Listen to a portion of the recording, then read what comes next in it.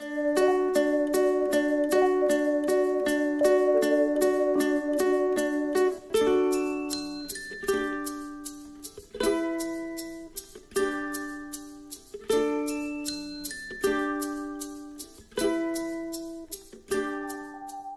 Lisa Snyderman, and this is Conversations on Creating to Heal. And today I'm really thrilled to be speaking with Heal-Ariela Paulsen from Burlington, Vermont. And she's a teacher at Youth Build. Her story is one of lifelong struggle, dawning discovery, and self-acceptance. Welcome, Heal-Ariela. Hi. Yeah, thanks for being here. So let's talk a little bit about who you are, maybe how you identify creatively, and if you have a mission or purpose for what you're doing. Sure. I have considered myself an artist since I was a very young kid. I am primarily now a painter, although I have been working more on drawings recently. I'm also a musician. I play piano and I sing. And my work with Youth Build is working with youth who haven't found success in the public school system and trying to bring them to a place where they can have the one-on-one time to get success. And I think that my work there has been largely informed by my own personal experience of feeling that my needs have not been met by society at times, and so trying to bring that to them. What a neat story. So I'm really intrigued now. Maybe let's launch into this. What are some of those events and challenges and hardships that you faced? And how did it lead to this discovery and struggle and acceptance? Well, I've been sick since I was very young. I have Ehlers-Danlos syndrome, mast cell activation syndrome, and postural orthostatic tachycardia syndrome. And those three illnesses often start very early in life and then progress in your 20s and 30s.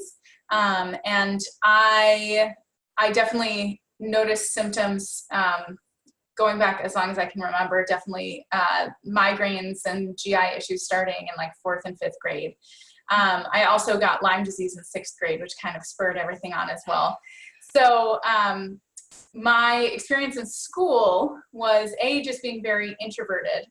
And so being constantly surrounded by 20 peers, I just couldn't retain enough energy to learn as well as I could have. And then also dealing with constant discomfort of my joints subluxing and popping, and constant pain, and the POTS, the postural orthostatic tachycardia syndrome, means that my blood pressure is very low and my blood pools in my ankles.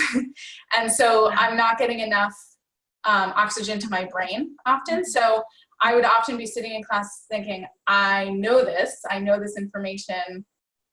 Why is none of it coming to my brain? That is so hard. I mean, it's enough, right, to deal with as a kid and all of the trials and tribulations, but on top of it, to deal with being sick. Yeah, I'm sorry. That must have been frustrating too. Yeah, and I didn't have any answers for it until 2 years ago. And so I think, I spent most of my life being told that I was crazy or anxious or making it all up. And so I was never able to access any supports because I didn't know that I needed support. And so it's been in the last few years that I've come to realize that, no, these are real things that are happening, that are in my DNA, that need support. And so being able to identify what things I can do to make my brain function properly and my stomach function properly so that I can be a functioning member of society. No, that's huge. I mean, without going, having a diagnosis, I assume that means there weren't really effective treatments as well. So you're basically living with it and trying to figure out the mystery. So what kinds of coping strategies did you come up with while you were going through this? Well, everyone I've talked to who has a similar experience with these diseases of not getting diagnosed till later in life, we become incredible problem solvers because it's just kind of figuring out, like, for some reason I feel better when I do this. So things like wearing a million layers so that when I was having hot flashes, I can immediately strip down to almost nothing. And then when I would get icy chills, I could throw it all back on. And found that, trying to accomplish anything right after eating, all of my blood would be pooling in my stomach. And so I would have none left in my brain. And just keeping myself really cold, wearing ice packs a lot. Yeah, it sounds like you learn to adapt. And then what about creatively? So what do you think drew you to the various ways that you said you're a painter and that you've done other kinds of artwork? So how did you start in that? I'm a very visual learner, so I think my natural mode of expression is visual in a way that it's not so much in other capacities. But I also think it was time for me to really isolate myself and get that introvert time to recharge. And I find a lot of peace in nature and a lot of comfort in nature. And so painting nature was just kind of a way of bringing it in when it might get cold and rainy outside and I couldn't go out. I could envelop myself in the environment that I was envisioning. And I wasn't able to fully experience the immediate world that like my peers were experiencing. And so I think I really developed a very overactive imagination as a kid. And I think that that's part of what informs my work now, is just being able to completely surround myself in my own thoughts. Yeah, I can totally understand that. And as a result, you're probably, a really vivid painter too. Do you work from illustrations or from photos when you're doing your process? I've worked with all different kinds of things. In the last several years, I've worked largely from my dad's photography. Actually, he's a wildlife photographer.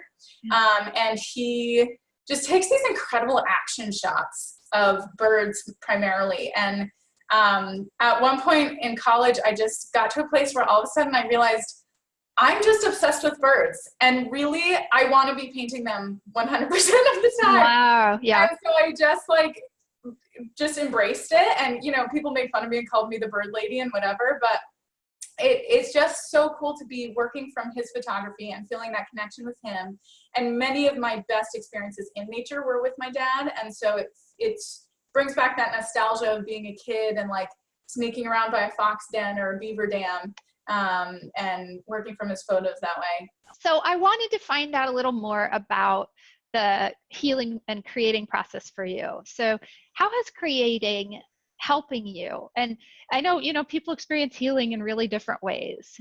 In some cases, it might be the actual creation process, and other times it's sharing or the impact that you might have on others. What is it for you? That's a multifaceted answer that's coming. In painting the birds and the landscapes and things like that, it's just it's an escape and a way to take my mind off of something and find inner peace. And it's, a method that I've been using my whole life, so I can quickly tap into that.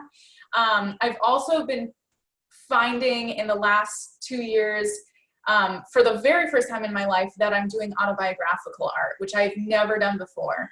But when I was finally getting to the diagnosis and feeling this pent up frustration and anger at all of the doctors who told me I was crazy for 20 years, and this fear and hopelessness and all those things, and it just started pouring out in drawings, and a lot of anatomical drawings, that just felt very raw and unfinished. And I don't know, the black and white is just a very stark contrast to the brighter colors that I typically use.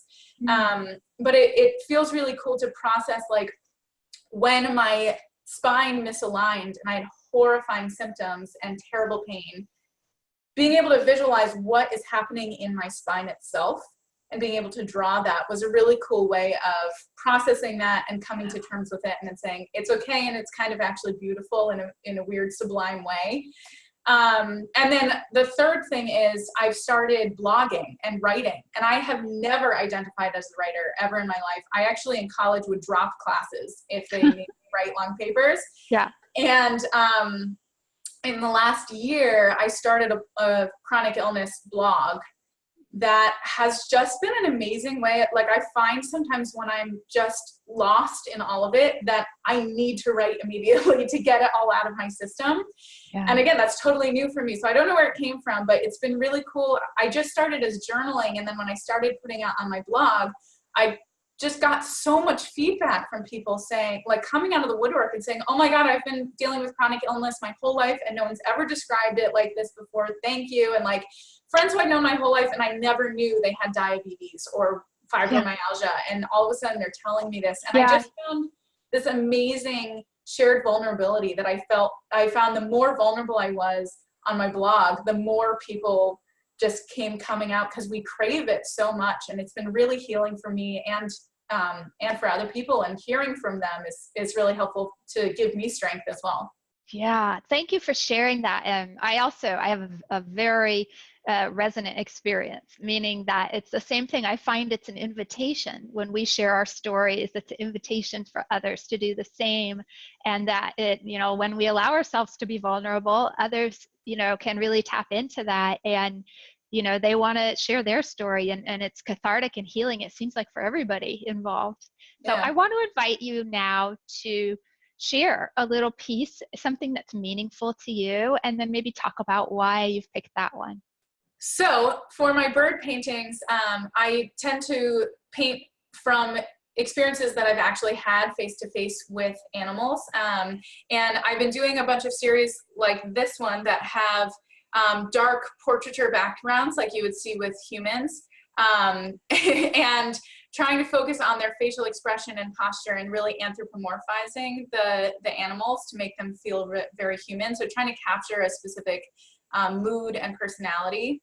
And then in the art that I've been creating since I was diagnosed, again, it's more drawings because my hands don't work quite as well. So sometimes having the quicker turnaround and with my energy crashes. And so doing, like I talked about earlier, the spine misalignment drawing. And then also I've been doing other drawings of my body with medical apparatuses on it. So I did one I had a 2-day heart monitor, loop monitor, that I had to wear for 2 days to track my heart. And I was just struck by how viscerally I felt looking at myself with that heart monitor on me. And so I did a drawing of my torso, and just seeing like how emaciated I had become, and the wires that were just crisscrossing around my body. That sounds so powerful, to be able to both see yourself in that way and also be able to then draw and paint yourself. Those experiences, they must have been really surreal in a lot of ways too, but really cathartic. Yeah, thank you for sharing that. Do you have any life lessons that you might want to impart with the viewers, especially somebody who might be going through something similar? My biggest one is listen to your body. There were things that my whole life I would crave pickles and Bloody Mary mix and super salty things. And my mother, who's a doctor, was like, cut the salt. And it turns out I have super low blood pressure, and eating salt is the only thing keeping me standing now. And so things like that, lying down when I need to lie down, being in darkness when I need to be in darkness. I used to fight through those things to try to maintain normality. And I found that I feel massively better, not because of treatment that helps, but what's much more effective than treatment is actually just allowing my body to be what it needs to be and not fighting it. Thank you so much. Listen to your body. That's such good advice. And on those words, I want to heartfully thank you for coming on to Conversations on Creating to Heal. Thank you.